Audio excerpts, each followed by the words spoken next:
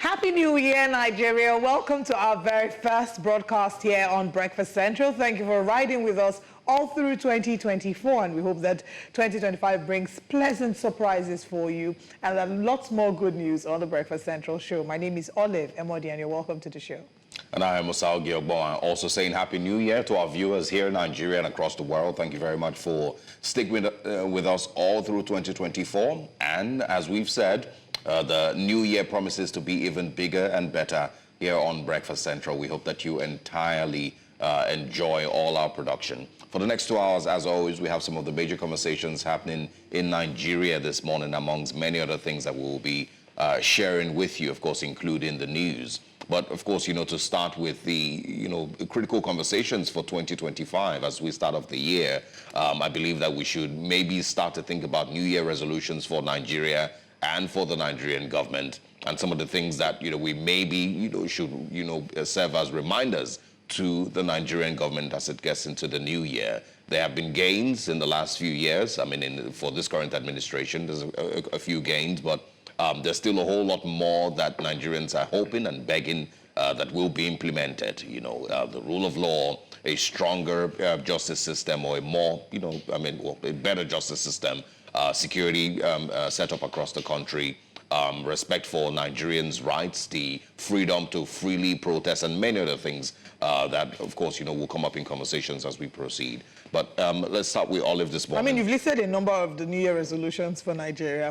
I just wanted to add to that, we don't want to see a repeat of the collapse of the power grid this year. We want to see a 2025 where Nigerians and not where the national grid is not trending on social media. Yeah. We want to see regular power supply. We want to see 2025 where the price of petrol will be reduced. One of the stories we're looking at today is Warri Refinery reopening, and it will be interesting to see how this impacts the availability and the pricing of the product, if it does impact the reduction in the cost of pump price of petrol. So we want to see a 2025, or we hope to see a 2025 where Nigerians have to spend less to buy petrol, and invariably that affects the cost of living, and that Nigerians can be able to earn more and, spend less than they earn. Yeah. And, also just a reminder that, I think it was in the start of the administration that I said it, where I was pretty much, very critical about reminding Nigerians about time and the time factor, with the fact that, every administration runs for 4 years. So you really have 4 years to do the most that you can. Unfortunately, in Nigeria, it's very, very difficult, to eject a government, once they're in power. The power of incumbency is extremely strong here in Nigeria. And so once the government gets into power, you can almost tell that they're going to run for 8 years. But we should always remember that every government should run for 4 years, or, 8 years if it wins its re-election. But those 4 years that it is assured of once it wins election, it has those 4 years to ensure that it implements as much as possible. And so we have 2 years until the next general elections. 2 years remaining for the current administration to ensure that it does for Nigerians what it promised in its campaign, what it assured Nigerians that it was going to do in its campaign. We have 2 years left. Will Nigerian lives be better in the next 2 years? Will the reality of the average Nigerian who lives in Nigeria be better in the next 2 years? Right.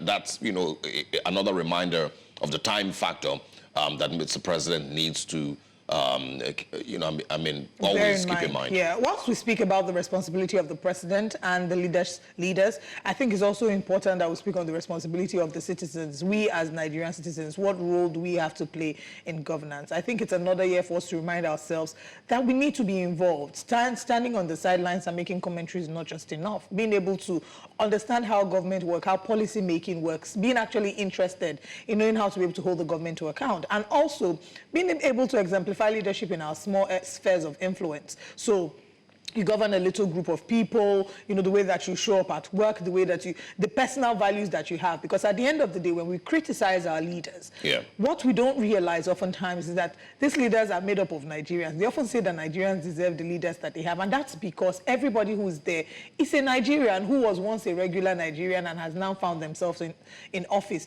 And sometimes you'd hear the argument that even when people go there with the best of intentions, that the system corrupts and influences their lifestyle and their choices. So if as individuals, our focus is on maintaining key values, passing down a strong value system to those around us, who you are before you go into leadership is who you take with you into leadership. It's just, excuse me, it's just like people who say, oh, this is how I am, but when I get married, I will change. It is who you are as a single person that you take into a marriage. It's the same way that with leadership, who you are pre the official position is most likely who will be reflected when pressure comes. So when no one is looking, what are the values that you have as a leader? So being able to be interested in politics, being able to hold our leaders to account, being able to fight for what is actually ours, being able to say to the government, no, this is our fundamental right, we'll hold on to it. We would fight to the finish rather than taking the shortcut and just saying, let peace reign. The thing is, I don't think that Nigerians don't necessarily want to fight. I think what, really is lacking is the institutions that should be set up to protect those rights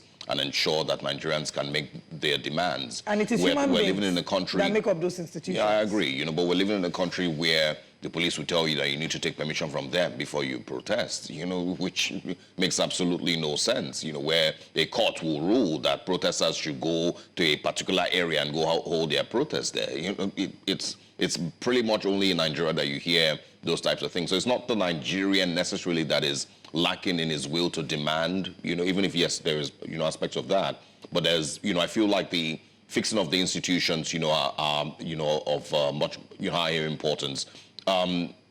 You mentioned a person who, who you are before marriage is who you will be in marriage. But here's the thing.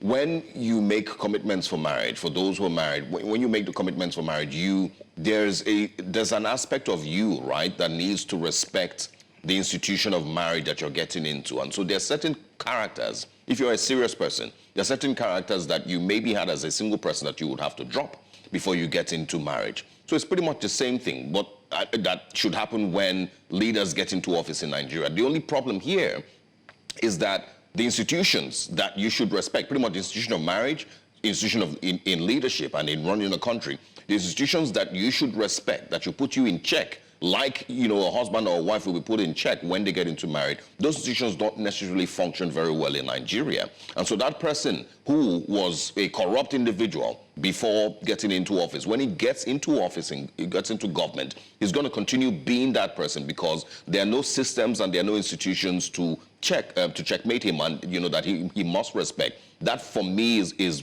what is lacking. But again, the clock is ticking. The promises that the government made, it has 2 years left to fulfill those promises. Re-election is not assured, for anybody.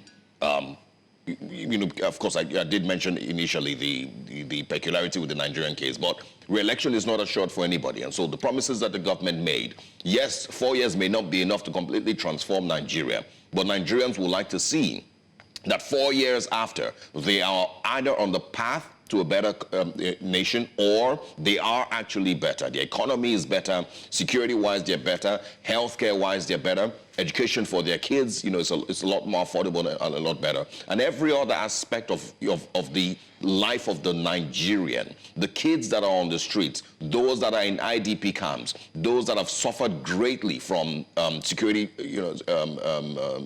situation in northern Nigeria and other parts of the country, all those aspects must be addressed within these 4 years. So again, the clock is ticking. This government has 2 years left. And that's a beautiful thing with time. Because when you get into office, right after you are sworn in, it almost feels like it is forever. But before you know it, 4 years is over.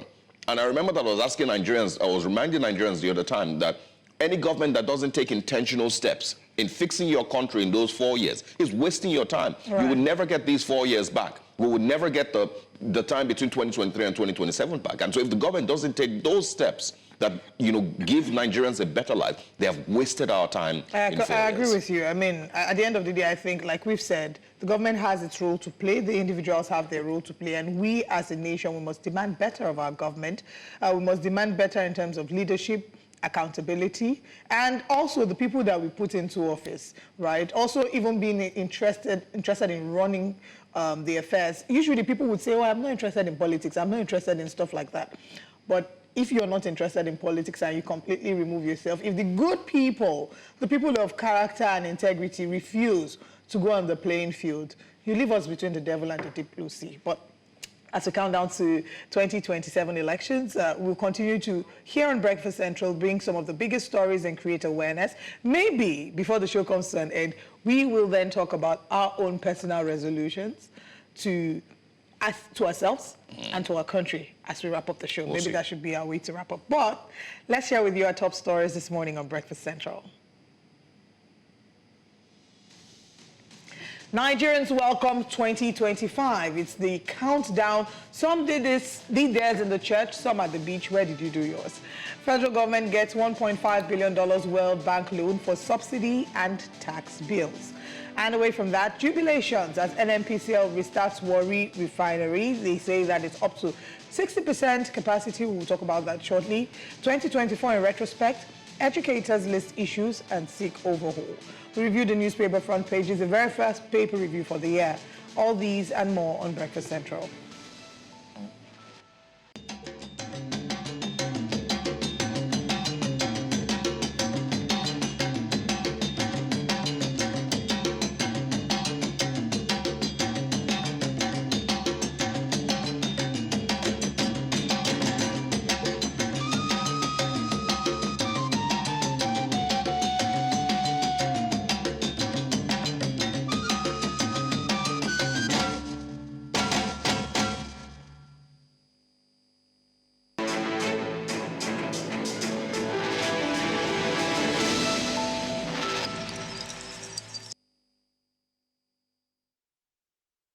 Welcome to Breakfast Headlines. The world is buzzing with excitement as countries welcome the new year 2025.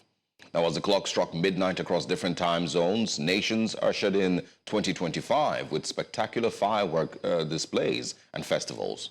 The island nation of Kiribati in Oceania made history by being the first country to enter 2025, with other nations around the world following suit. From Sydney's iconic Harbour Bridge to the glittering lights of Hong Kong, the world's most iconic landmarks were aglow with festive cheer. But here in Nigeria, citizens are also welcoming the new year with optimism and renewed hope. Many Nigerians are expressing confidence that 2025 will bring positive change and growth to the country. As we begin this new chapter, we'll be bringing you live updates from across the globe. And of course, we enjoy you to stay tuned for more on the New Year celebrations on the 1st of January. Now, away from that, Rivers State Governor Siminalayi Fubara has presented staff of office and certificates to 4 newly recognized monarchs in the state. Among the honorees is Mujahid Asari Dokubo, a former Niger Delta freedom fighter from the Kalahari extraction of the state. He was recognized as His Royal Highness the Amayanabo of Toru Sarama Piri in the Degema local government area of the state. Others are Winston Oputibeya as the Amayanabo of Koniju in Okrika local government area, amongst others in the state.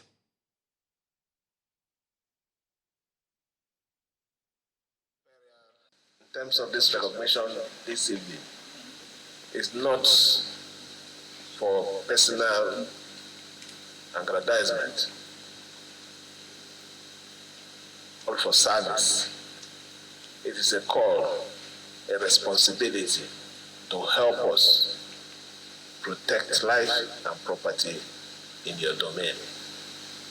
I don't want you to see this elevation as another platform to create problems in your locality. It's important to us. We have the power to still withdraw this recognition, but I don't intend to do that. So I want you to be partners to the government and to ensure that we continue to succeed. The ruling on the bail application of Olamide Thomas has been scheduled for the 6th of January 2025. Justice Emeka Nwite of the Federal High Court in Abuja set the date on Tuesday after hearing arguments from both parties on the merits of the bail application filed by Thomas. Thomas was arraigned on the 20th of December on a 3-count charge, including allegations of threatening the Inspector General of Police and 2 others with death. She's accused of making death threats through video recordings posted on her social media platforms. The threats were reportedly directed at the IGP, police spokesman Olumuyiwa Adejobi, Seyi Tinubu, the son of President Bola Tinubu, and members of their families. And also in the news, resident doctors in Ondo State under the Association of Resident Doctors, University of Medical Sciences Teaching Hospital on Tuesday began an indefinite strike over alleged poor working conditions and inadequate welfare packages. The doctors had staged a protest on Monday accusing the management of the state-owned teaching hospital of neglecting their demands. Among the key issues driving the industrial action are alleged illegal salary deductions, exorbitant taxes, and the non-payment of hazard allowances. Speaking to journalists in Akure, the state capital, on Tuesday, President of the association, Olaugbe Kende, decried the increasing workload on doctors, which it is attributed to the wave of resignations caused by poor welfare conditions. And gender advocates in Nigeria have tasked Nigeria's government to incorporate the study of gender rights into school curricula, saying that this will educate students from an early age on the need to shun violence and speak out against violations. This was during an event in Abuja showcasing storytelling skills, the spoken word, drama, dance, and poetry, aimed at promoting religious freedom and raising awareness against gender-based violence in the country.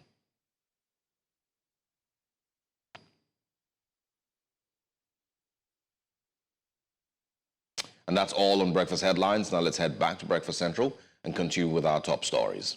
I am Osaogie Ogbonwa.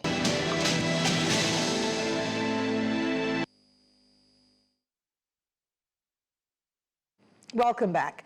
Activities in the education sector in Nigeria dominated public discourse in most parts of 2024. From the sack of the former Minister of Education, Professor Tahir Mahman, whose controversial admission policy sparked off debates, to the several protests by university senior staff and non-teaching staff. Meanwhile, President Tinubu may have significantly increased the budgetary allocation for education. It still did not meet the global benchmark of 26% budget allocation, despite his commitment to reforming the education sector, particularly the out-of-school children. News Central's Omolola Ololade takes a look at the education sector in 2024 and now files this report.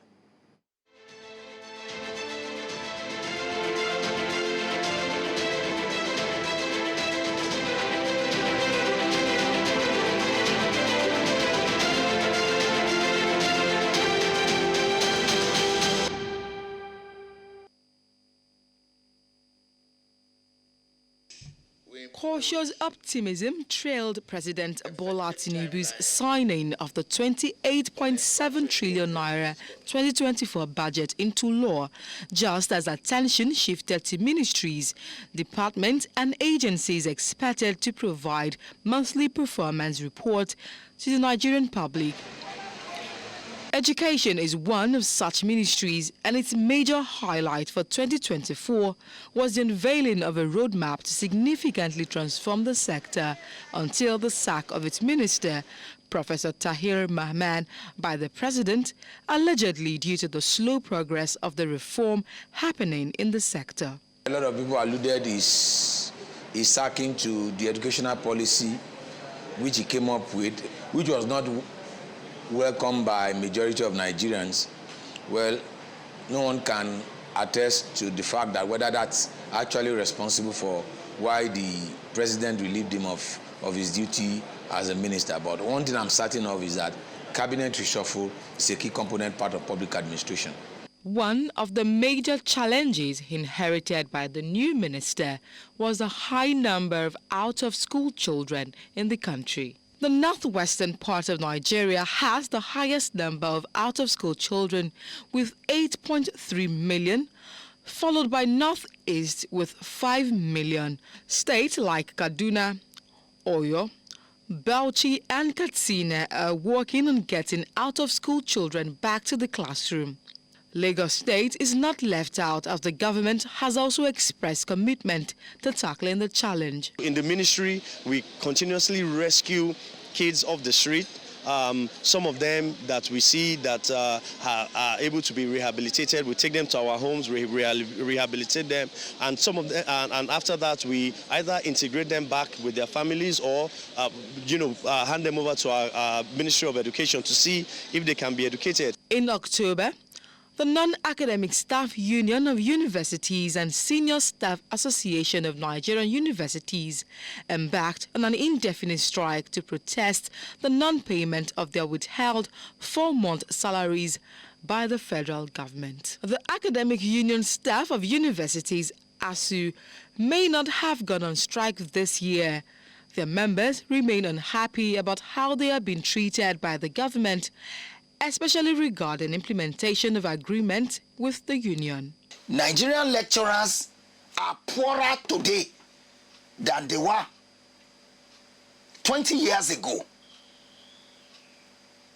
Nigerian lecturers have been receiving the same salary in the last 15 years. They are owing us for 4 months. They should pay 2 months, even if they can't pay the whole 4 months. Every year you see a lot of professionals traveling out of Nigeria in search of greener pastures. Top on the list of these professions are the doctors. But what is more surprising is the fact that the number of lecturers traveling out of Nigeria in search of a better life are even more than the doctors, according to academics. In this university alone, more than 100 young, brilliant scholars have left. Some are on the verge of leaving. In my own department alone, more than 4. And not only are they better paid, they are being retrained. In 2023, Tinubu's administration launched the student loan scheme to increase the chances of students obtaining quality tertiary education.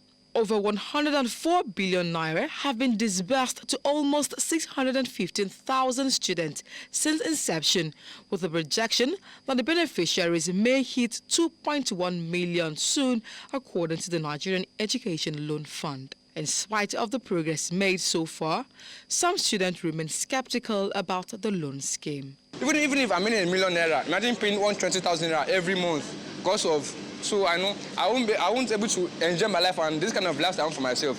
Collect a loan and the student eventually finish from school. What if the student does not find a job on time?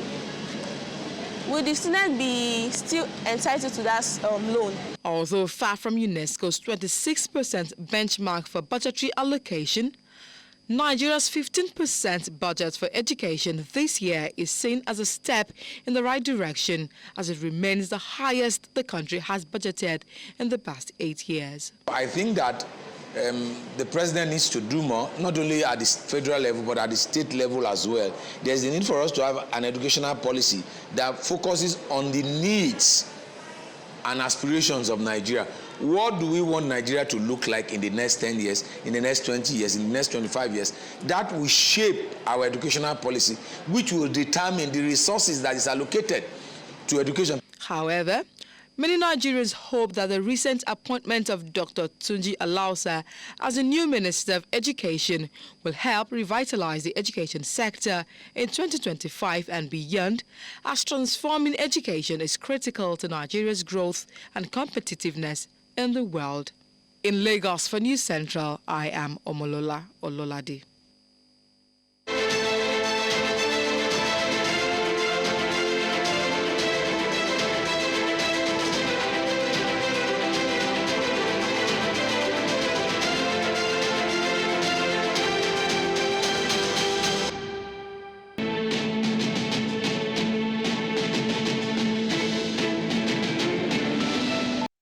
We'll come back to talk some more about that much later, looking at the journey so far. But now let's move on to the Nigerian National Petroleum Company Limited that has announced the successful restart of operations at the Warri Refinery and Petrochemical Company, WRPC. A revamp that has been completed at a cost of $900 million. Operating at 60% capacity, the refinery is now producing 125,000 barrels per day, with outputs including straight-run kerosene, automotive gas oil, and various grades of naphtha. And with the operational takeoff of both the Warri and Port Harcourt refineries in November and December 2024, respectively, the federal government has unlocked a total refining capacity of 117,000 barrels per day.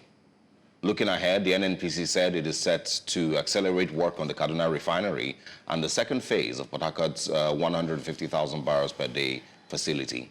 Well, joining us to discuss this is International Energy Advisor, Strategy and Policy, and the Director of Deciton Energy, Desmond Agwefo.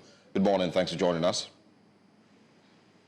Very good morning to you, and a very happy new year to you all. Thank you so much. To you as well. Same to you. I think I want us to start with, understanding what exactly it means for a refinery to be at 60% capacity. What exactly does that mean? Because, every Nigerian, when they hear these stories are expecting that, well, that means that it's going to be producing PMS. That means that Nigerian, petrol stations are going to be flooded with petrol from these refineries. So what exactly does 60% mean?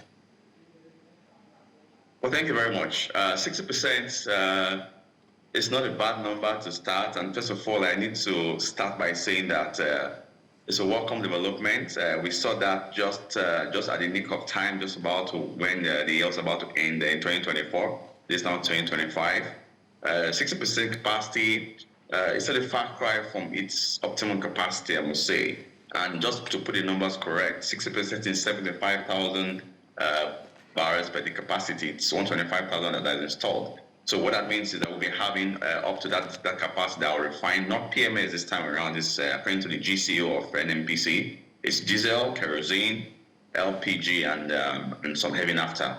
But the point is that all of high quality products. So we would see this product now, coming to the market from the Warri Refinery. And just as you said correctly, we have about a combined capacity of 117,000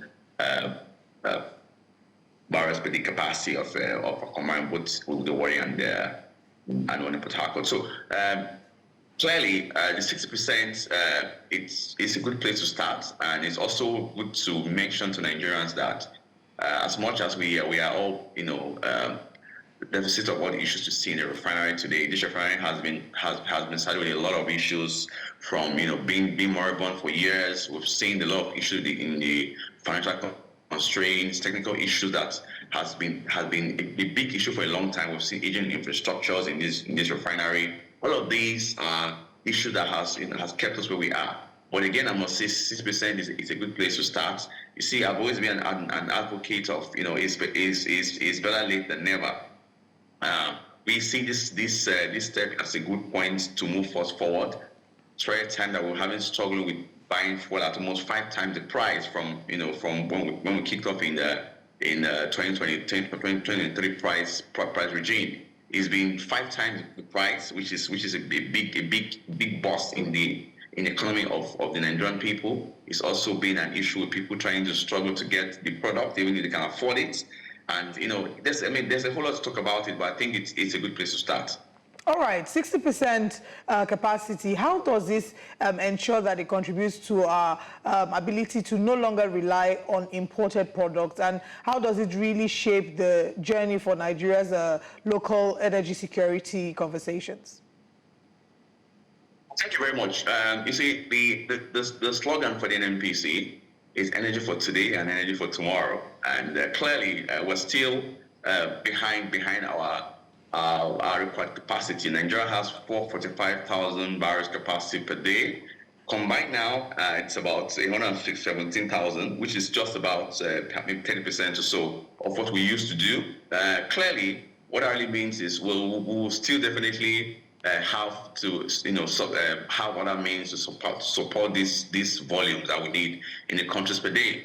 The 2 refineries that's picking up doesn't mean that we will not have issues with the supply of the PMS, which is a much more demanded product. We'll still need to also stretch our hands out to also get product availability from the Dangote refinery, which of course has been one of the biggest news in industry for the past few months even of last year. So yes, we'll still need to have other means to support what is bringing, and we also hope that this capacity will increase. Well, we expect that the Port Harcourt refinery should increase capacity and pick up also, and also with the one in Kaduna. So all of these would help us to come to a point where we'll be self-sufficient at some point. And of course, I need to add this statement here that the goal of Mr. President is to ensure that we have that will be a net exporter of petroleum products. I think that's a big dream. Going from the fact that we're still trying to get our plans to work even to optimal capacity. But yes, it's a step that we must take, and it's a bullet that we must bite to get us to where we want to be. Yeah, also to help clarify, now we're talking about 60%. Port Harcourt Refinery is also not fully functional. You know, what is the possibility and the likelihood that we would have these two refineries fully producing PMS for the Nigerian market? Well, thank you very much. Well, the likelihood is not far-fetched. We know very much that the capacity of the refinery is not at its optimal capacity now. I'd say let's keep our options open. I'm sure that these refineries will be able to get us the product that we need if we keep up this momentum of its capacity improvements. And just to be very clear, this what we saw in the news just by GCO is just area 1 of the 125,000 barrels per day capacity of the refinery. There are 3 areas, so we expect that once we get the full areas working, yes, we'll be able to see that introduction of capacities to be able to help us to get PMS also refined. That's a big concern for Nigerian people today. So, so this means that, you're clarifying that it's currently not producing PMS for the Nigerian market? At the moment, coming from the statement of the GCO, no, it's not. There are about 4 products right now. It's just diesel, things kerosene, some LPG, and some heavy naphtha. Right now, there's no PMS at the moment for now. That includes the Port Harcourt Refinery? Absolutely. Okay, what would you say are the challenges, that these refineries, or the challenges that are being faced to ensure that we get to the point where these refineries can then produce PMS? And we're talking about even the second refinery in Port Harcourt, the new Port Harcourt Refinery, as well as the Kaduna Refinery that is still in the work. So what would you say are some of the biggest challenges that, these refineries coming alive and working in optimum capacity, what are the challenges they're facing? Also, how are we faring in terms of achieving the government's energy goal for 2025? Well, thank you very much. There are a couple of issues and challenges that has affected the industry for a long time, and this capacity of this refineries to produce these petroleum products. First of which is the technical issues. Of course, the infrastructure is quite old. I recall that this refinery was commissioned in 1978. That's more than 40 years today. And equipment and facility has been outdated, and of course, it's still very, very inefficient. There are a lot of maintenance that has set in, and there are issues been trying to run a lot of what's often called TAMs and turnaround maintenances that hasn't yielded its fruits. The second point is financial constraints. We've seen some lack of funding opportunities in these refineries. We've seen lack of investments in this refinery. There are a couple of studies that has been carried out on the value of these refineries, if we need to revamp it, or if we need to just do an outright sale. Well, while I'm not an advocate of outright sale of national assets, we need to make it work for the Nigerian people. That's also an issue of concern. And the third point is the management and the governance issue. We've seen a lot of lack of accountability, and thanks now to the PMCC structure of the NNPC that we can be able to now manage our production and see what we produce every day in terms of like a much more regulatory structure to ensure that we know what to produce and produce what we know as products for the Nigerian people to know as figures. And we've seen, of course, very clear policy and regulatory changes. The refinery has faced issues just in the past. Now we've seen the PIA has been passed. We've seen that product needs to be available for Nigerian people. Those issues were further about the governance and regulatory issues that has disturbed the industry. So the PIA has come to correct that. And finally, we've seen issues of security concerns and push the biggest elephant in the room, which is now the environmental issues, where the refinery has faced concerns, pollutions, and things like that. So these 3-4 issues have really caused a prolonged dormancy in our refinery capacity and at large oil and gas industry of Nigeria. When you say management, which body are you referring to? Does the NNPC play a role in this? Well, management.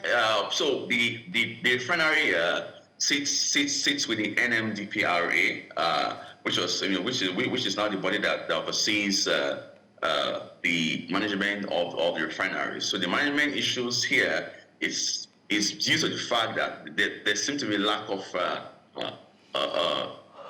drive to ensure that we see this happen just over the time. And again, it's not a blame game. This issue has been on for quite a lot of time, and the NNPC also has a part to play in this. We've seen that this is an age-long issue coming from different management of the NNPC for a while.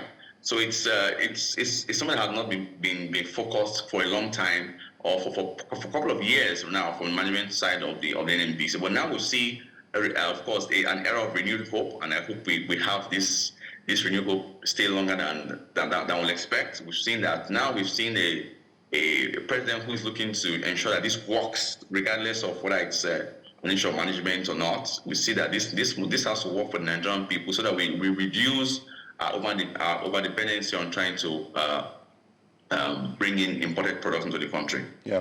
Final question from me is, again, clarity, because I think that's what a lot of Nigerians want to hear, to know. When the Port Harcourt refinery started, there were allegations of, blending, and of course that emerged at that time, saying that Port Harcourt refinery wasn't actually producing. What they were doing was blending to get PMS. What can you say about that accusation? And where is the NNPC currently getting petrol that it's supplying to its stations? Well, thank you very much. Well, the issue of blending has been a big controversial issue, where issue that has littered the social media about having to have some transactions with the Malta refinery.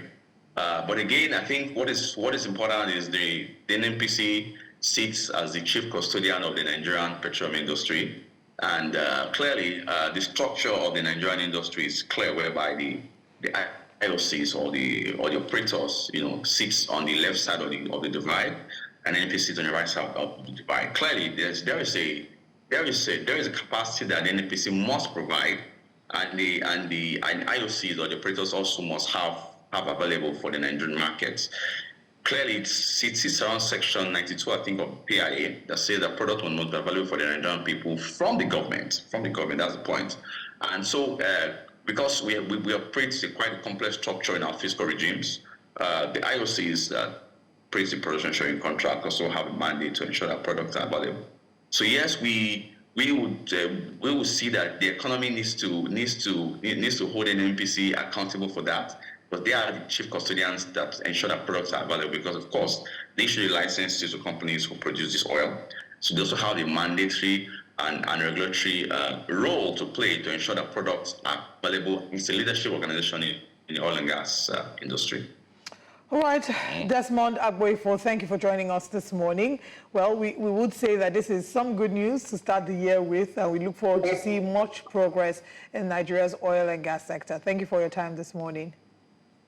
Thank you, gentlemen and lady, and I hope you have a happy new year. Thank you so much. You as well. All right, we're going to a quick break, and when we come back, we have more conversations. Or, rather than let's just head straight to our next story. Absolutely. Nigeria's total public debt, which stood at 24.34 trillion naira as of December 2018, represents about 24.1% of the country's GDP, indicating a relatively manageable debt to GDP ratio. However, it's worth noting that ratio has increased significantly since then, with the latest figures showing a government debt to GDP ratio of 52.8% as of June 2024. What this suggests is that Nigeria's debt burden has grown substantially over the past few years, potentially impacting the country's economic stability and growth prospects. Now, on the 13th of June 2024, the World Bank approved financing operations in 2 tranches to the total sum of $2.25 billion for the benefit of Nigeria.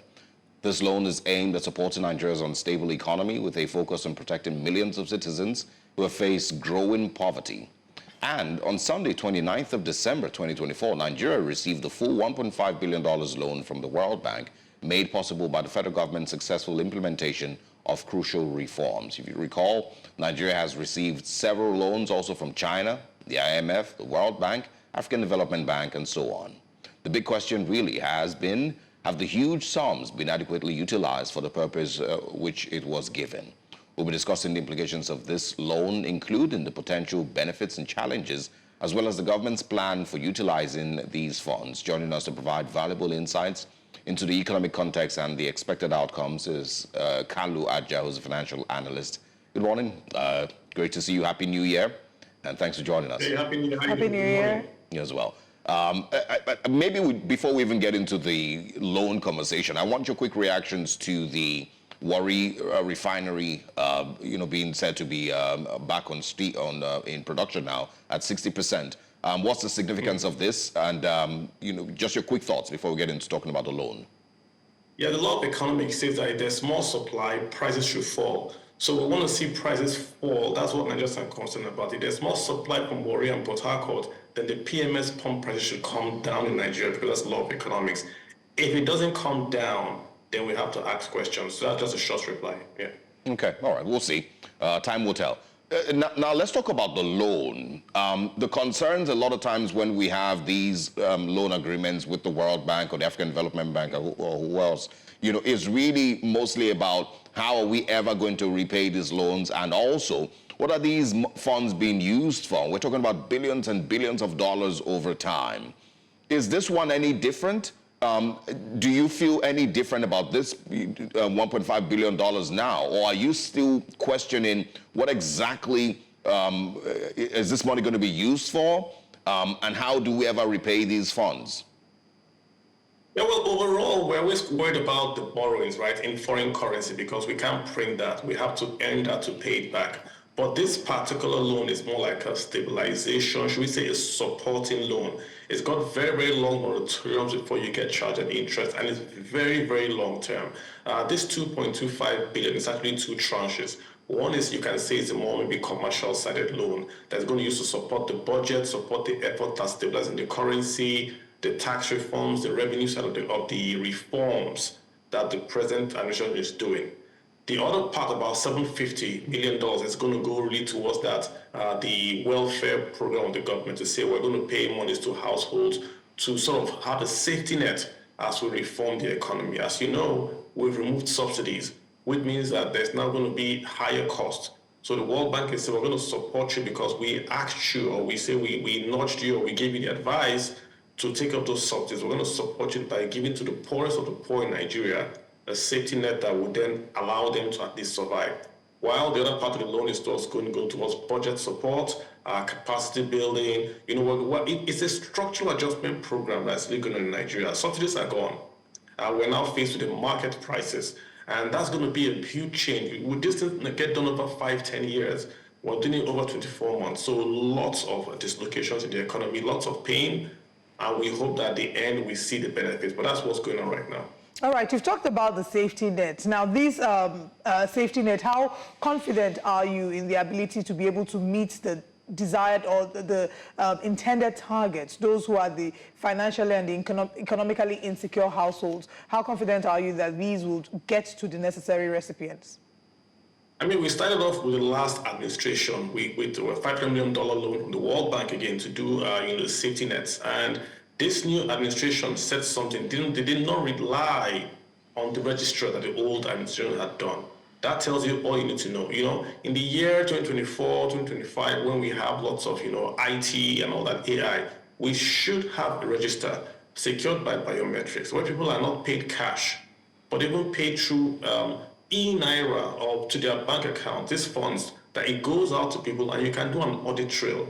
If monies get to poor people, you would see the effect. If a poor person in my village is getting 25,000 a month, you will see the effect. So when we see the poverty rising, the extreme poverty rising, you have to question, is the money actually getting to these poor people? That's what the problem is.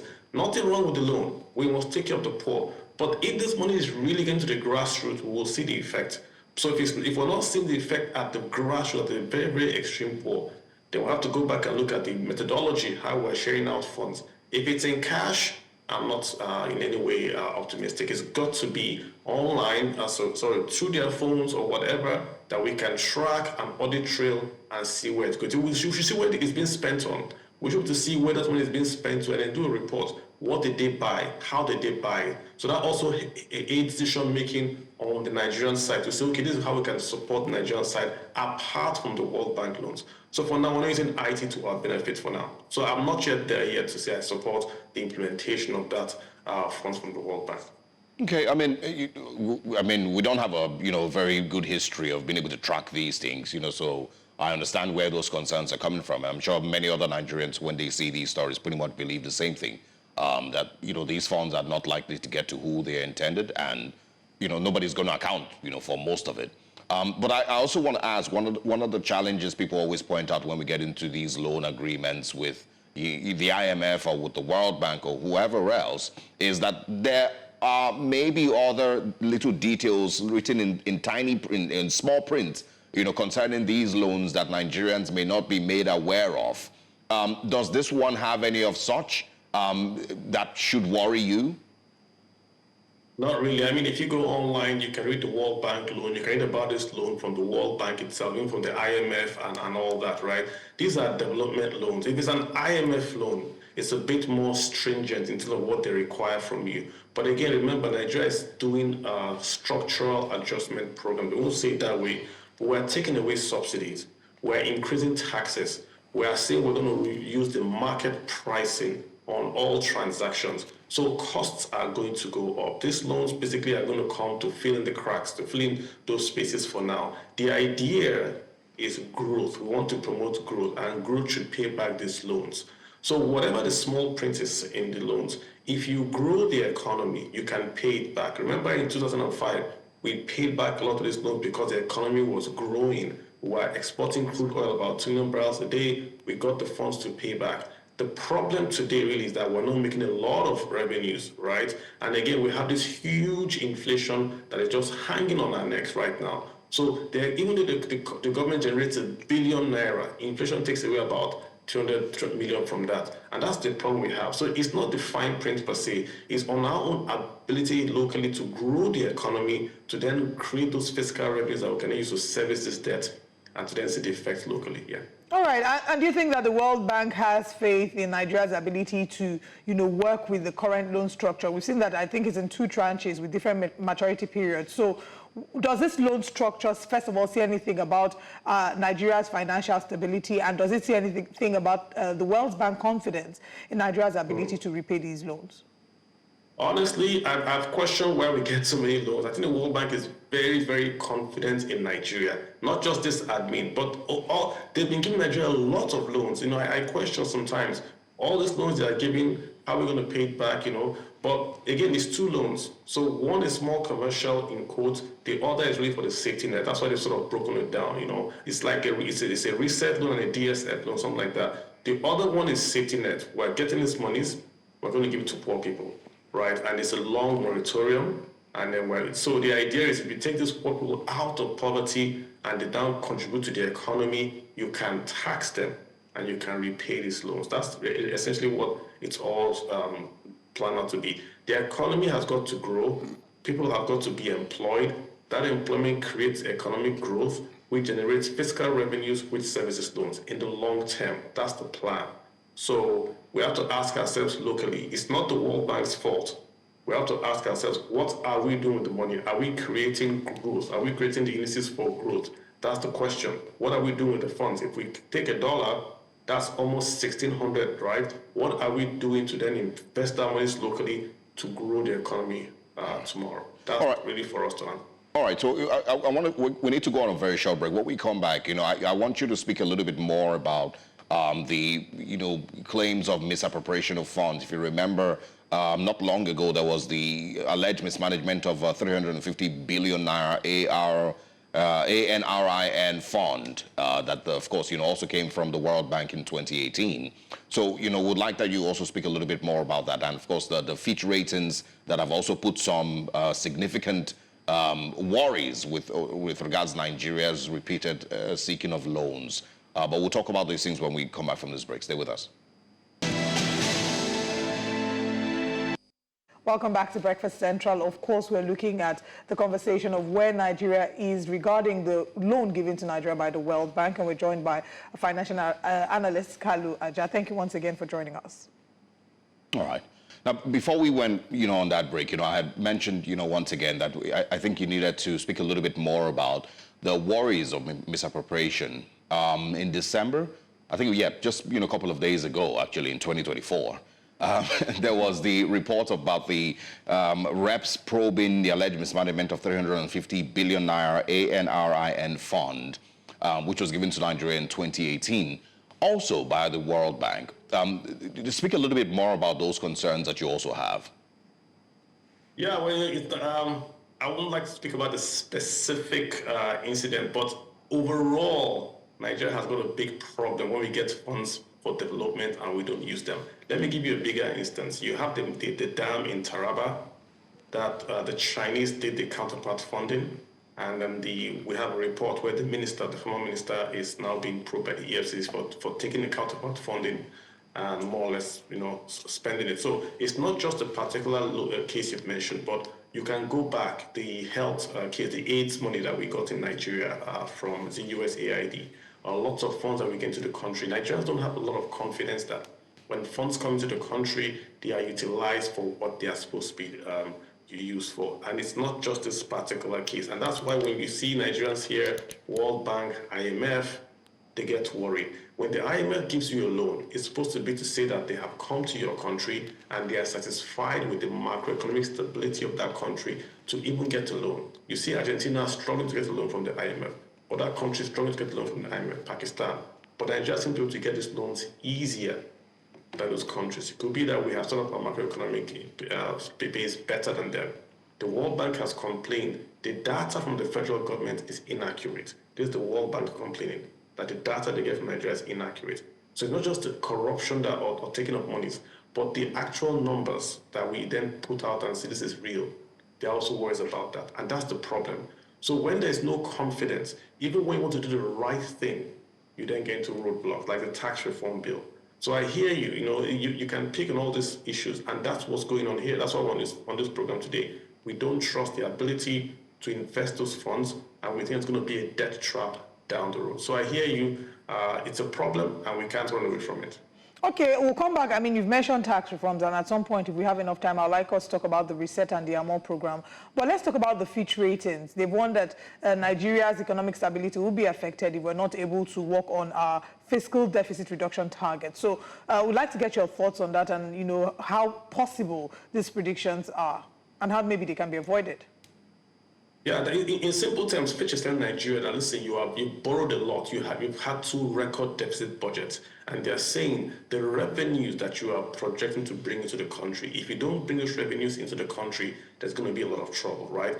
Our revenues are based on crude oil. So if crude oil stays at 70 and we can pump out more oil, we can pay our debts.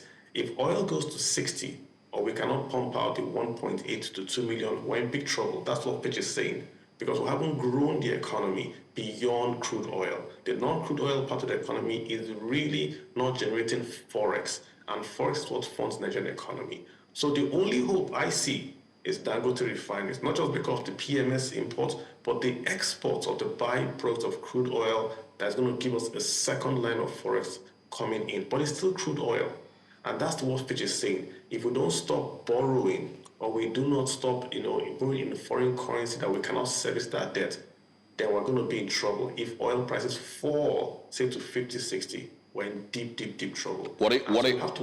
Quickly, what are your predictions? For oil prices, it's going to come down. But come down to what? I don't know. It's going to come down from 70 to about 60. Russia is going to be back in the market because there's going to be peace with Ukraine. So Iran might be off the hook. So there's going to be more supply. And then if prices come down, can we even pump more? That's the question. You can see Russia and India sign an agreement. EU is going to buy more US gas because of the Trump tariffs. So we have to really get forward thinking. We're going to have to discount our oil to get buyers for our oil. So big problems ahead. All right. I guess we'll continue to observe how things turn out, and we certainly would hope for the best, because when things work out for the country, it works out for all of us as Nigerians. Thank you so much, Kalu Aja, for indulging us this morning, and we look forward to having you come on the show more often in 2025. We wish you a wonderful year. My pleasure. Thanks so much. Have a good one, guys. You as well. All right, let's bring a recap of the conversations we've had and share with you what's coming up next. This morning, reactions trailed the restart of NNPCL Warri Refinery. And also this morning, we've spoken about the federal government gets in a $1.5 billion World Bank loan for subsidy and tax bills. And also 2024 in retrospect, educators list issues as they seek overhaul. That's not all this morning. We have a bit more coming your way in the second half of Breakfast Central. And in the second half, we'll start with Nigerians welcome 2025. And that's including you. Share with us on social media how you've done that. The newspaper front pages for the First Channel will be reviewed. And we bring you Which Way Nigeria.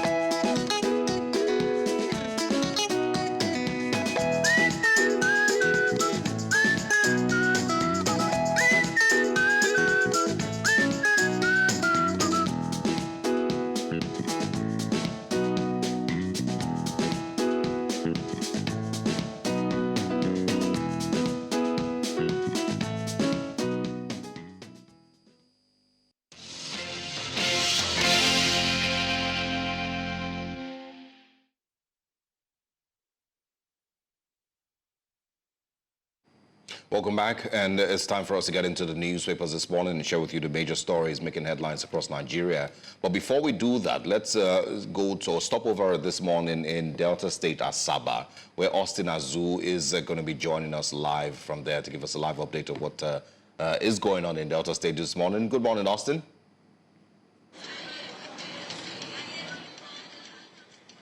Good morning. Happy New Year. Same to you. Tell us about the celebrations in Asaba this morning. How busy is it on the first day of the new year? Currently, we are at the Coca interchange, and you can see some vehicular movement coming in from the Onisha axis. Probably some of them might be stopping over here in Asaba, while others will proceed to various destinations.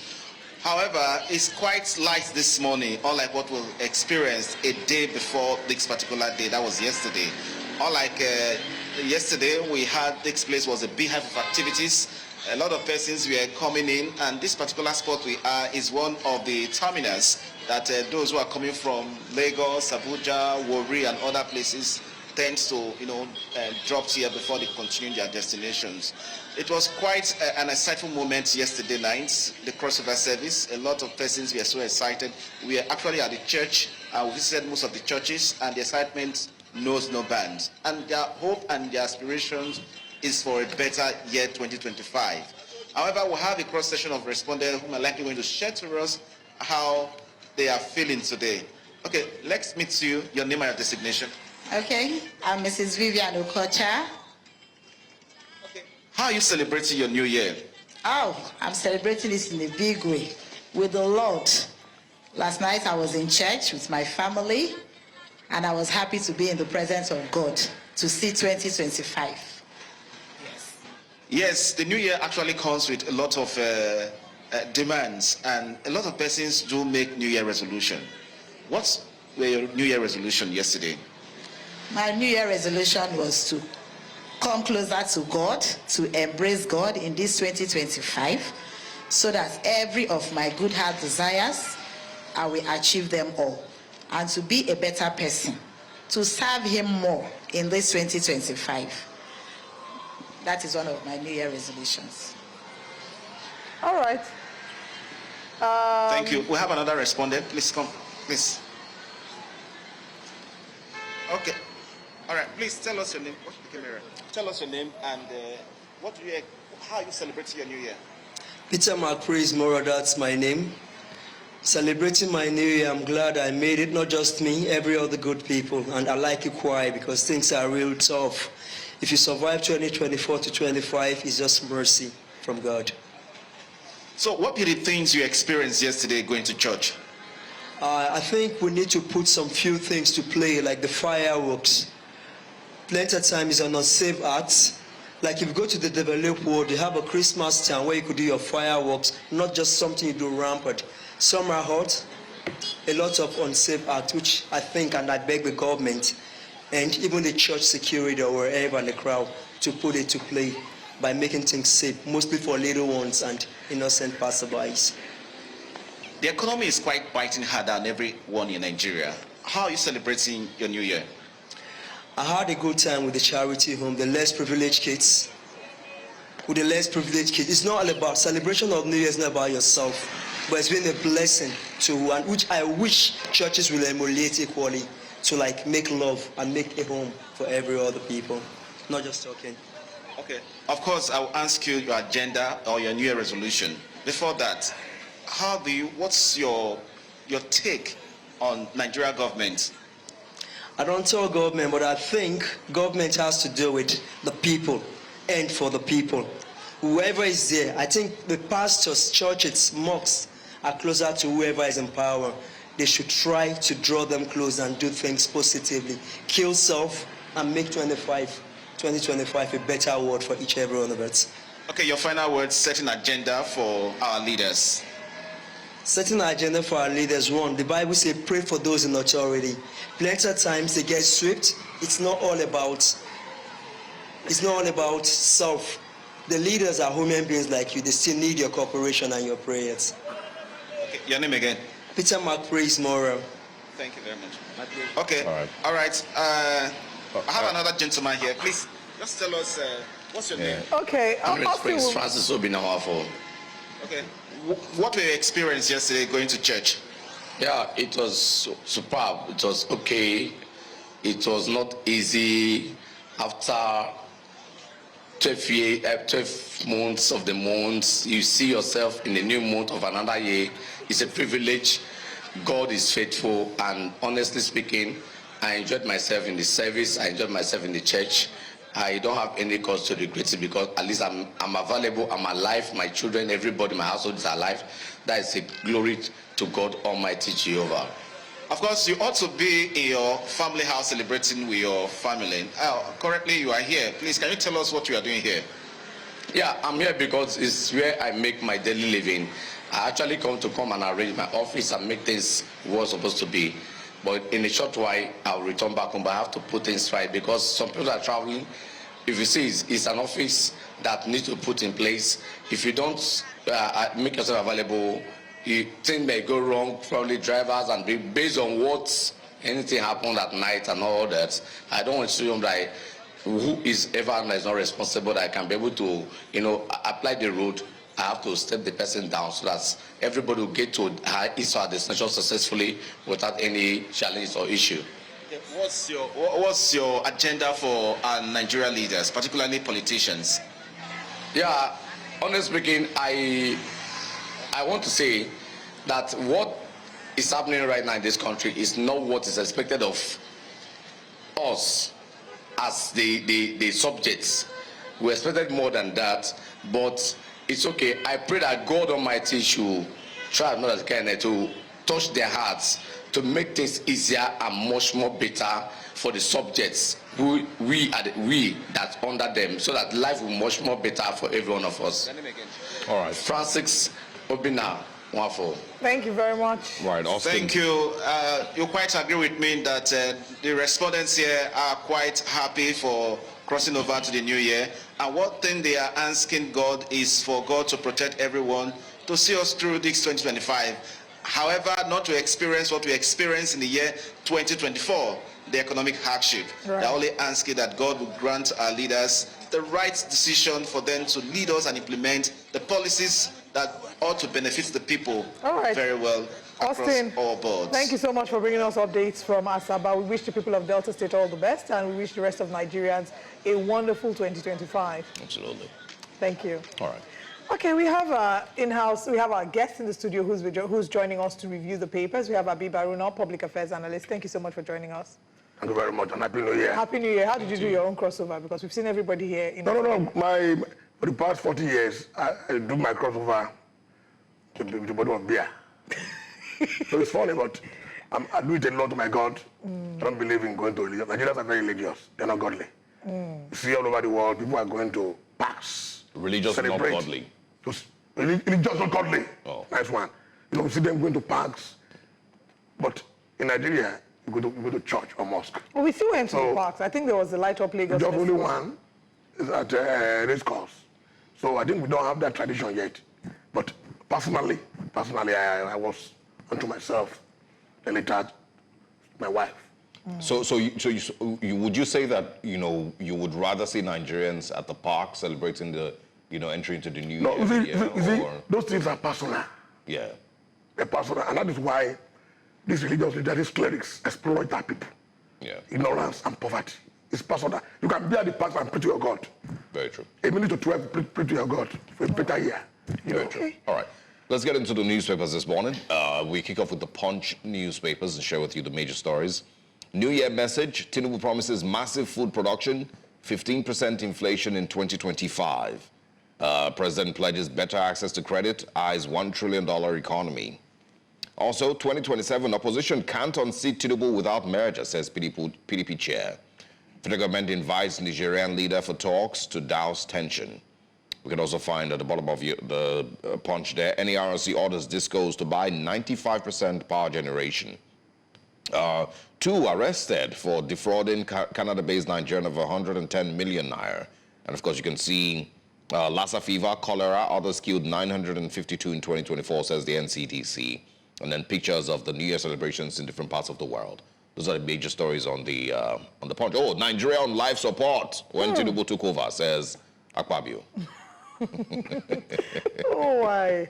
Anyway, let's move to the next paper this morning. On the front page of our second paper for the day, the Daily Independent, Tinubu assures of reducing cost of food, essential drugs in 2025, says indicators point to positive, encouraging outlook for the country. Article asks Nigerians to participate in safeguarding democratic principles. Presidency says Tinubu's government concluded 2024 stronger than 2023. Federal government issues travel advisory for Nigerians planning to visit Australia. Professor Aisha Maikudi emerges Uni Abuja VC. Bello Turji, terrorist leader, dead man walking, says military. Tax reforms may boost Nigeria's economy by $7.5 billion annually, according to experts. I didn't threaten Tinubu, says Bauchi governor. And at the top, we have Nigeria's stock market outpaces inflation, gains 37.65% in 2024. And final story, 2025, PDP charges Tinubu to address insecurity, fuel, food crisis. Let's start off with Presidency says Tinubu's government concluded 2024 stronger than 2023. Do you agree? Well, that depends on the impact. That also depends on the feelings. And Nigeria benefiting from the program that this man is initiating, formulating, and implementing. That is it. It's about bread and butter. What's on my table? Am I feeling it? Is the hardship diminishing? Is it reducing? So if, like, speaking English, and people out there are not feeling it, then to me it's all rhetoric. It's not something that is impactful on the people. Yes, I agree that you must make sacrifice. Before you make an egg, before you make omelette, you must break an egg. But at the same time, you must look at the impact of your policies on the people. Some of us are lucky. We are on this other side of the fence. But those in the other side of the fence are not happy. They are feeling the pains of this hardship. People want to see a concrete attempt by government to ameliorate the suffering of the people. If you say you want to produce food, I travel to Ouch to see my mom during this season. You see, on your way to Ouch, you see, Nigerians are beginning to go back to farming. Look at palm kernel, plantain. Plantain is everywhere. Look at cassava. The people are becoming to be interested in cash crops So I think I will agree with him to some extent. But in concrete terms, people need to see it, to feel it. Yeah, I mean, the numbers may not agree, but of course, if the argument really is that, for example, Port Harcourt and Warri Refineries, were, well, in quote, brought back to life, it might be a point, that 2024 ended stronger than 2023. But, yes, I agree with you. The reality is in what Nigerians are feeling and what the numbers are saying. The NBC hasn't really, or NBS rather, hasn't given any statistics that show that there's been a lot of improvement in 2024. The president also on the Punch this morning says Tinubu promises massive food production and 15% inflation in 2025. Is that achievable? It's not impossible, because I was not particularly optimistic that the refineries will work. Because I have some friends in that sector who have been telling me that the past administration, the last one in particular, messed up those things. People rip off Nigerians. So when it came on board, when that didn't, when I was working, I was a bit surprised. And it's working, even though you said in your remarks, in quote, and the Warri is working too, like 60%. So with that kind of scenario, it's not difficult to conclude that we should be optimistic, but cautiously in this new year. Because some of the policies that they are implementing is coming to germinate. Look at the price of fuel, for example. It's going down. I bought fuel yesterday, 925. Even though I bought in Nauchi, 1,100. But in Lagos, yesterday, 925. So the market forces is giving that, it's now in charge, in quote, regulating and fixing the price of fuel. Did you buy at an NNPC station? Pardon? In Lagos? No. It's not an NNPC. One of these, I won't mention name, one of these stations, And I was surprised, but at the same time happy. So I think we should give them, but as I said, the bottom line ultimately is people who are feeling it, who are the bottom line, at the part of the ladder, who are feeling the pain of economic hardship. Yeah. They are the ones that are complaining. And the government should listen. Why I ask that question, is because of, really how realistic is it, that, and for example, an economy that was 574 billion in 2014 dropped down to about 200 billion, by the time that government left office in 2023. Mr. President is talking about a $1 trillion economy, in how long? It would take more than just words. There's a lot of action, and I don't know that we really have put in what it takes to get to a $1 trillion economy. And also, inflation, the government says about 30%. Other analysts say it's way more than 30%. President Tinubu is talking about reducing to 15% in 2025. It's practically impossible. Exactly. So these just seem like a lot of words, that don't necessarily seem realistic. But at the same time, you should not holistically, condemn what he said. If you look at... It's not condemning it. It's just being realistic. If you look at the stock market, interestingly, the stock market is doing very well. Look at the value of the naira now. It's appreciating. Look at our foreign reserve. It's increasing. So it means that something is going right somewhere. I'm not someone that praise government. I don't praise government by my nature. But I got into government because I was opposing and criticizing government.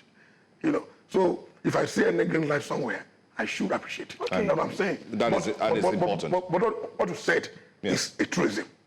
Absolutely truism. A budget of 500 billion. Now, we are fourth or fifth in Africa now. And we are first under Jonathan. Yeah. The Buhari 8 years was not good enough.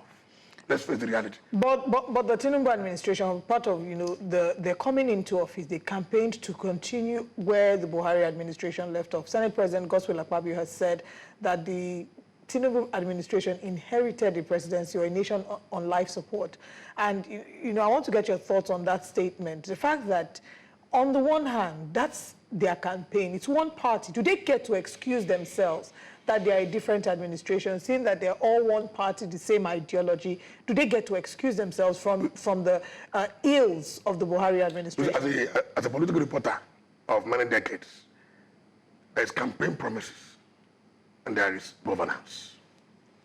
Once you get to office, the realities of governance, of governing where you campaign, when you won the election, will be glaring to you. That's what is happening to the Tinubu government. They did not divert themselves from the Warri government so that the ruling party or the ruling government will not do something that will affect the chances of winning. You know, and when they won the election, what they met on the ground, the first day it came in, they removed first subsidy. And they're even telling us that there's no subsidy remover in the current budget. It means that we are going to face the reality of market forces determining the prices. But what you said, Akpabio, to me, is not a credible person to talk like that. You know, Akpabio represents a body that should hold the government responsible and accountable. Akpabio, in my opinion, has failed to do the job as the leader of the National Assembly. So anything he's saying, I don't think Nigerians will give it any regard. But having said that, what Akpabio is saying is not incorrect. You know, they made the economy in a bad state. And this one is doing, if you're in the dark, it's either you remain in the dark or let the candle and find your way out. You don't keep on digging the hole. Find your way out. So what they are doing is, yes, we find a mess on the ground. We must find a way out. You know, I didn't know you get there. Nigeria has the capacity, both human and natural resources. We have the capacity to get there. But leadership and discipline. When you say that Akpabio has failed in being able to hold the government to account, can you give instances of what you mean? The National Assembly, whether it's controlled by the ruling party or opposition party, has a duty to the Nigerian people. These are the people that are elected by the people. These are the body, a chamber.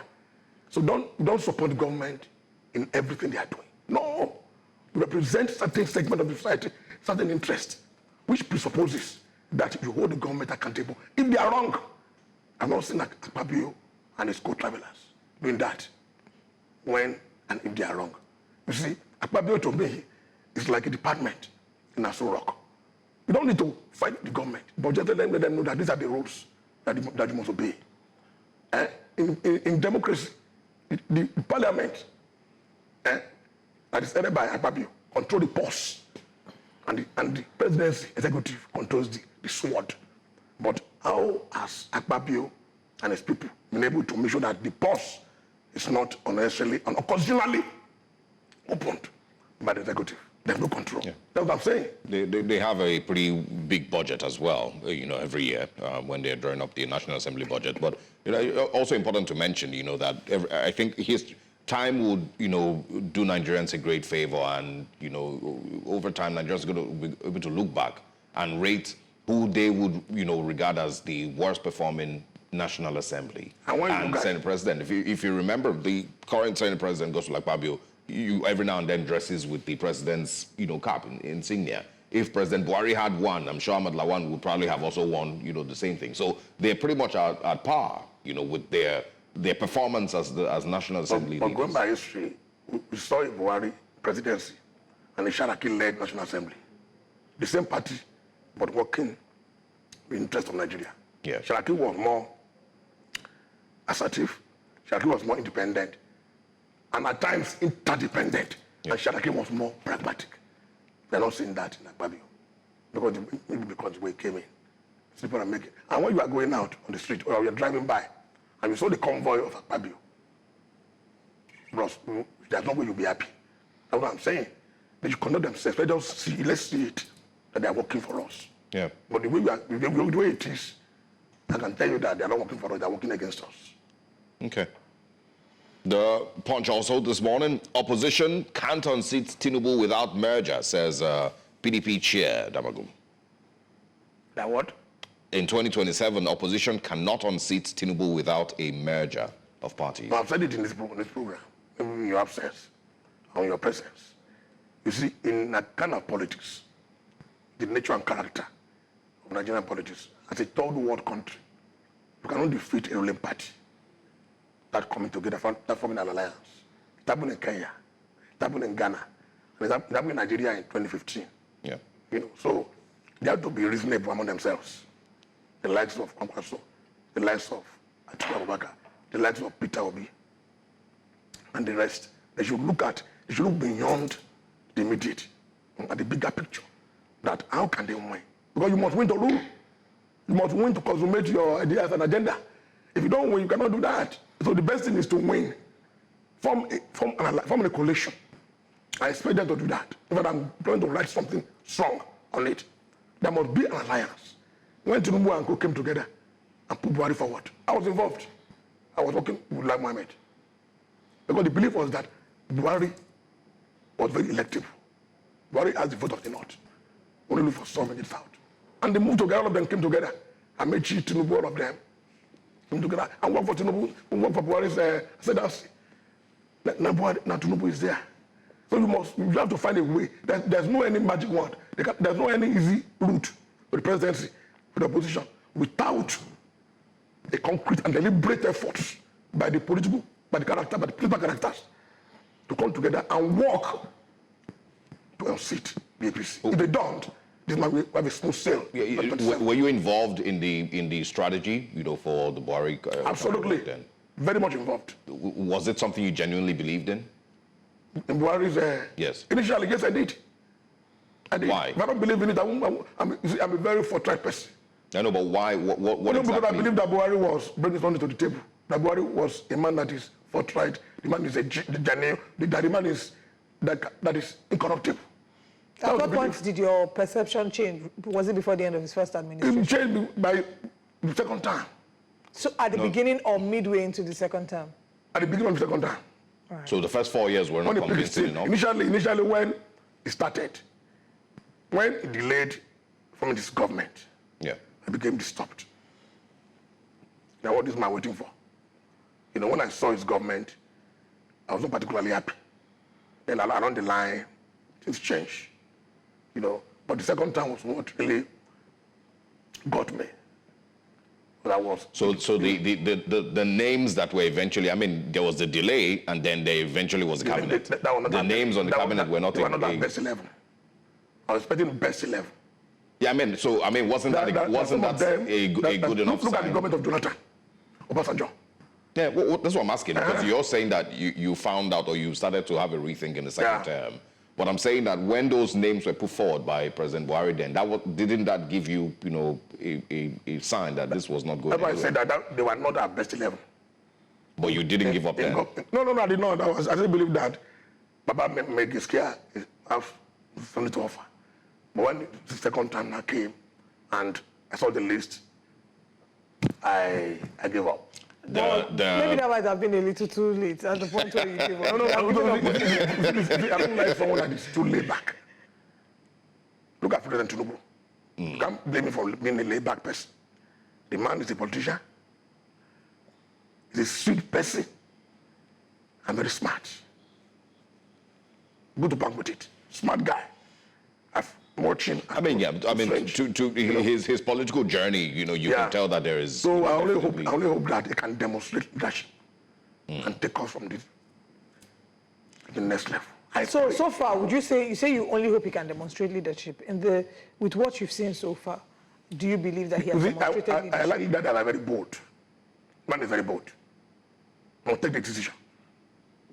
He's very bold. He's been consistent in what he's doing. Committed to the national project. But to me, for now, it's on the average. Okay. Let's move on to until things improve. Nigerians must feel the economic gains. They are not feeling it. Okay.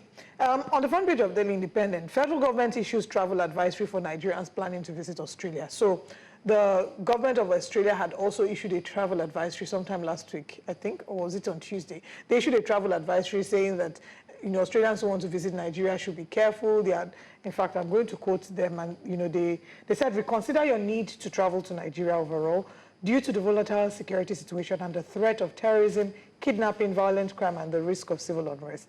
It goes further to say there's a high risk of terrorist attacks across Nigeria by various militant groups. Attacks could be indiscriminate or may target foreign interests. So now, After this, Nigeria has now released its own travel advisory, asking Nigerians to be wary of visiting Australia. In December, there was, of course, religious attacks. A vehicle was burnt down, but, So are we being petty? Or is this a realistic or a preferred approach that since they released the travel advisory against us, we might as well do the same? And is there maybe an element of truth to what they have said? I like your question. Brilliant. You see, they are seeing what we are not seeing. The Australian government is not particularly a government that we are afraid of. Nigeria will be very careful, but circumspect, and take decisions against the US, the European countries, that we know can reciprocate against us in a big way. So I don't see any reason why the Australian government will be telling their citizens Nigeria is not at war. Last time I checked, the government is doing its best to curtail insecurity. So why the warning? I think Nigeria is just trying to also show them that there is this crime, there is a violence attack. They mentioned against blacks. They mentioned Adamawa, Anambra, Akwa Ibom, Bauchi, Bayelsa, Borno, Cross River, and Delta as high-risk states. Well, when people say, well, they have their opinion anyway, and they have their duty to protect their citizens, But we also have a duty to protect the interests of Nigerians, and that's what the government is doing. Yep. And I just travel and come back. I told you, I'm not like insecurity. It depends on where we are going anyway, and depends on who you are. And not, in fact, from when I traveled last Friday, on this Friday, the upper one, I counted about 23 security checkpoints. Along with what then from Benin to Auchi, my village, about 11. So there's no way you will go. You see, you you travel between 6 a.m. and 6 p.m. If you travel beyond 6 p.m., anything you collect. It's common sense. Yeah. So there's no way. That's why there is incident of kidnapping, robbery, and the rest in Edo, Ondo, and the rest, even Asaba to some extent, but Delta State, it's minimized. So Australia is just trying to be so that yes, they are watching the interests of their citizens, which to me is not sync with what's going on in Nigeria today. Well, I mean, they're within their rights, Absolutely. And, you can't also tell what they may have seen. Yeah. Let's also talk here. I mean, now we're talking about international relations with other countries. Let's talk about Niger. The federal government, of course, is on the point. The federal government invites Nigerian leader for talks to douse tension. I'm sure you're familiar with where the tension is arising from. As a big brother, I think we should do that. We've been acting like a big brother in the sub-region. Just like if the Republic is trying to mess up with us, we close the border between us and the Republic. I think the Nigerian government is becoming more assertive because of the military coup. That's the beginning of the problem we have with them.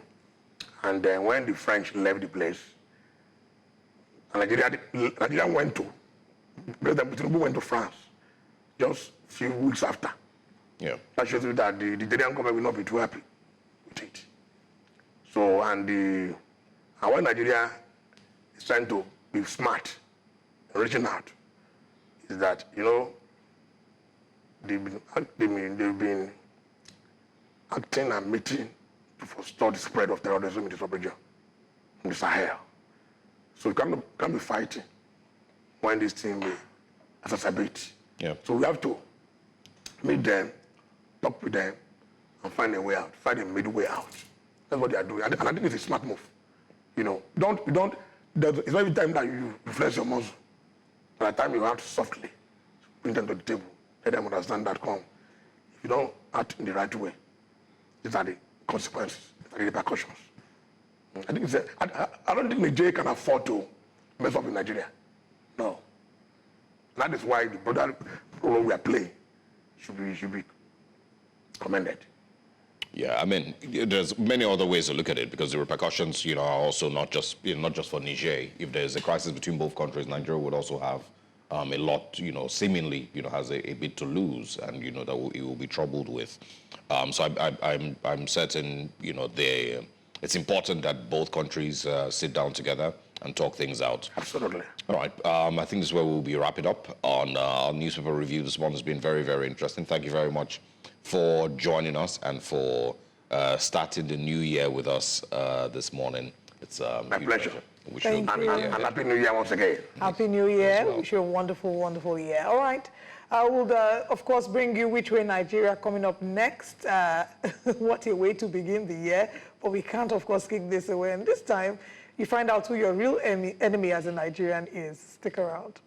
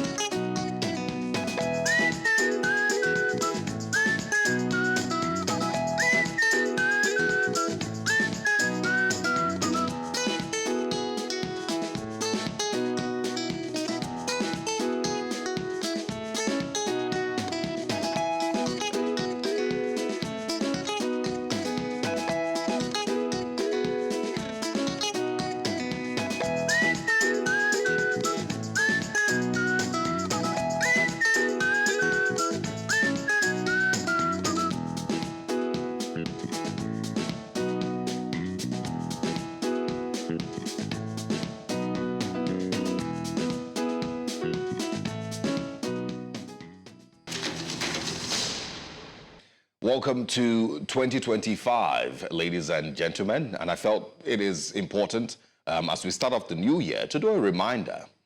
The last general election and by-elections eventually came with some of the deepest tribal divisions Nigeria has ever suffered, brought about by politicians who you expect would know more, but these politicians also know you more than you know yourself.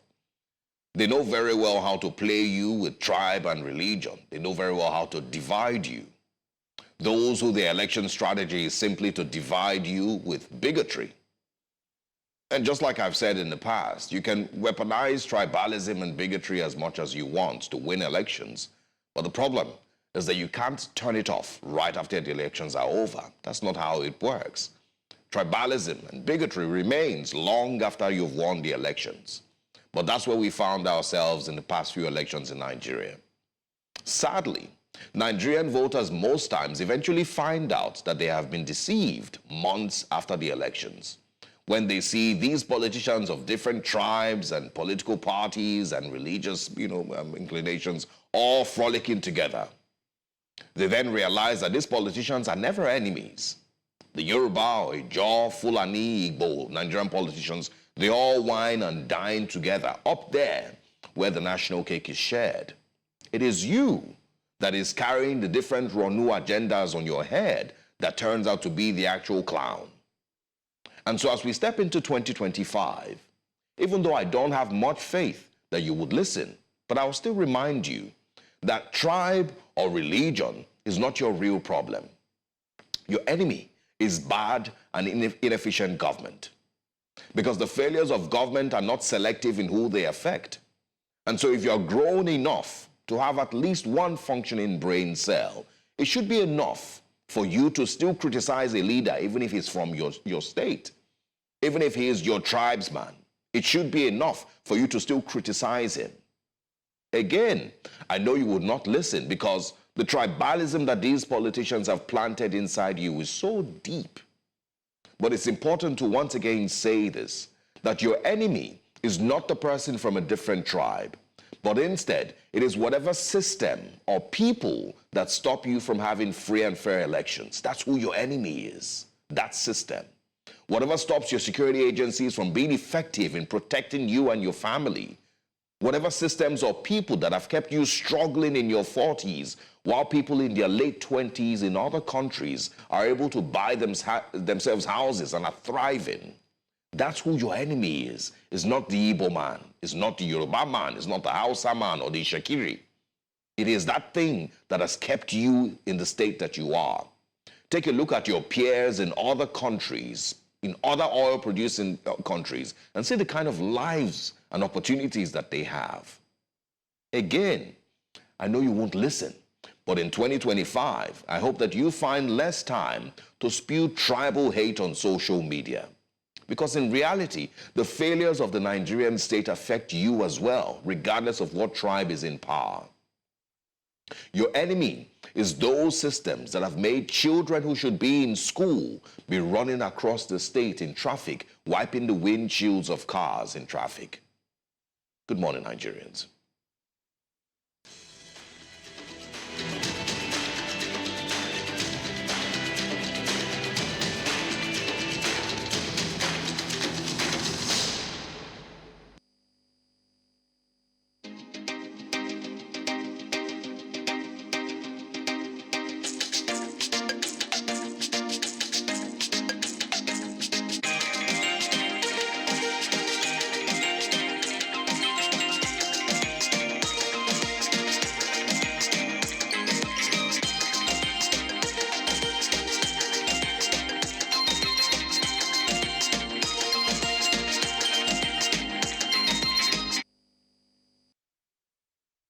Wonderful charge to begin the year with, and as we gear up for the elections, of course, 2027 is just around the corner. We want to see less and less of tribal hate being spewed on social media.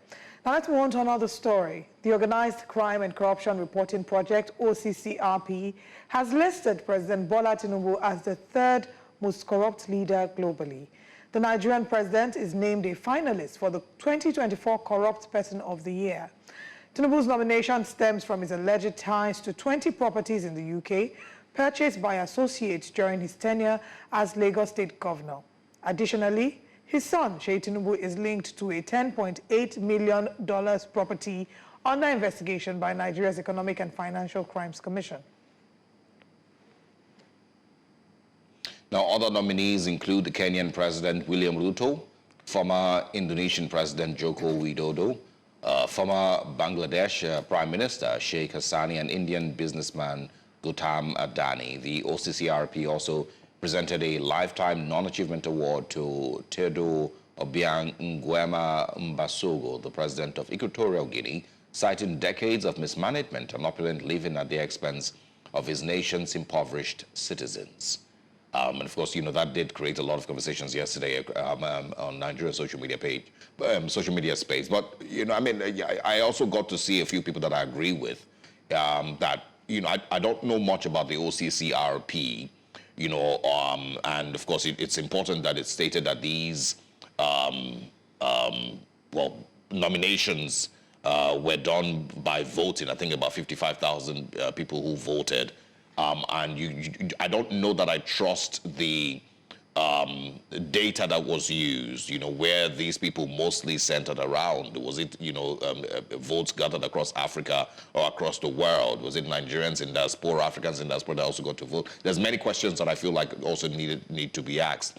And it's not necessarily an indictment. It is just the views of people. It's not an indictment by any, you know, corruption fighting agency or any of that thing. It's really just the views of people.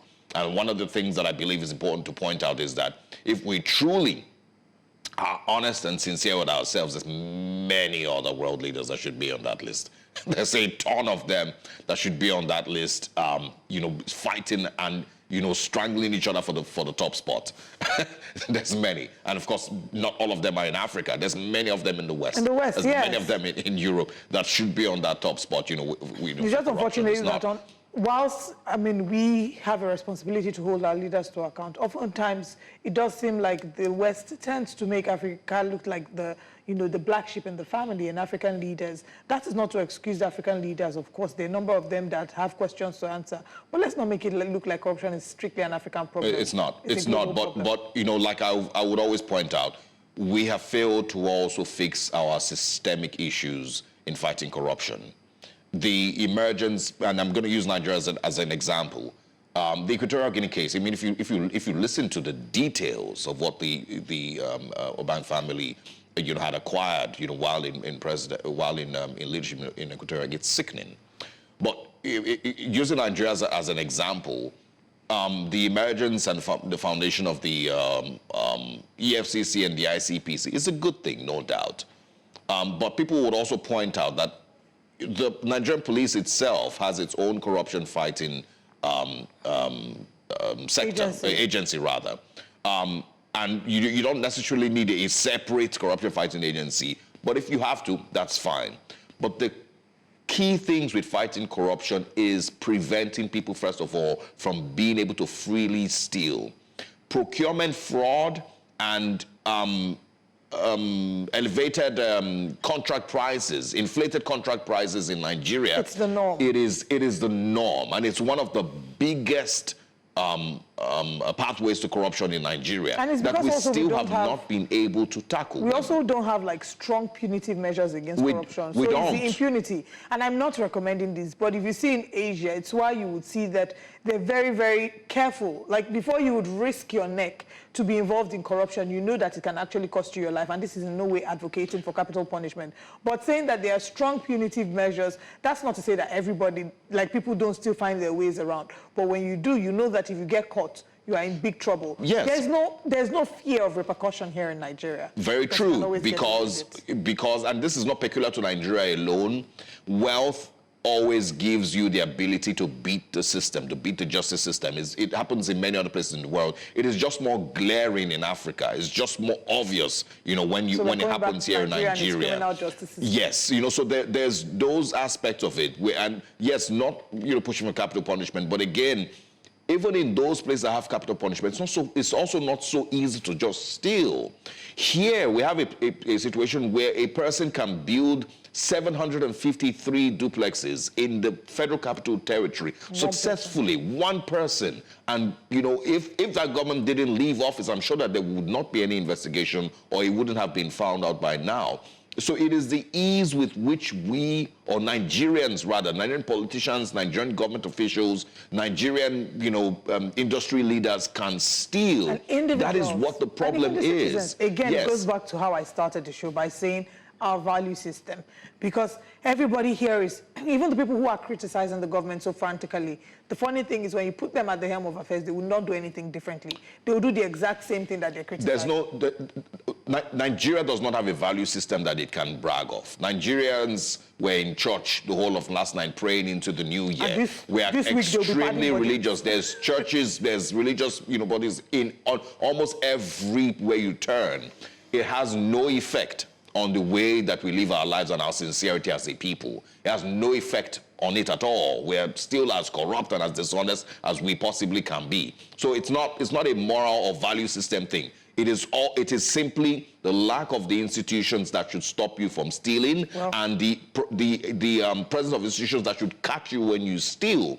Because if it is a situation where if I take ₦1 million, I have nowhere to put it, because it will be tracked and it will be traced. If I send it to somebody else's account, that person's account will be traced, and somehow, some way, there's always going to be a trail that leads back to me who stole it. If that was the situation we found ourselves, it would be harder. So I agree with everything you said. We need systems, but again, I still say we do need to enforce strong value system. Our moral compass is broken, but we'll be back again the second day of January, tomorrow, to have more conversations, but we hope that you, your family, loved ones can have some time to bond together today, the 1st of January, celebrating the new year.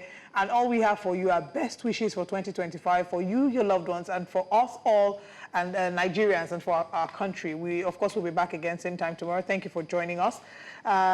Continue the conversations on social media at News Central TV. I am Olive Emodi. And I am Osaogi Ogbon, wishing you a happy new year once again. We'll see you tomorrow. Bye-bye.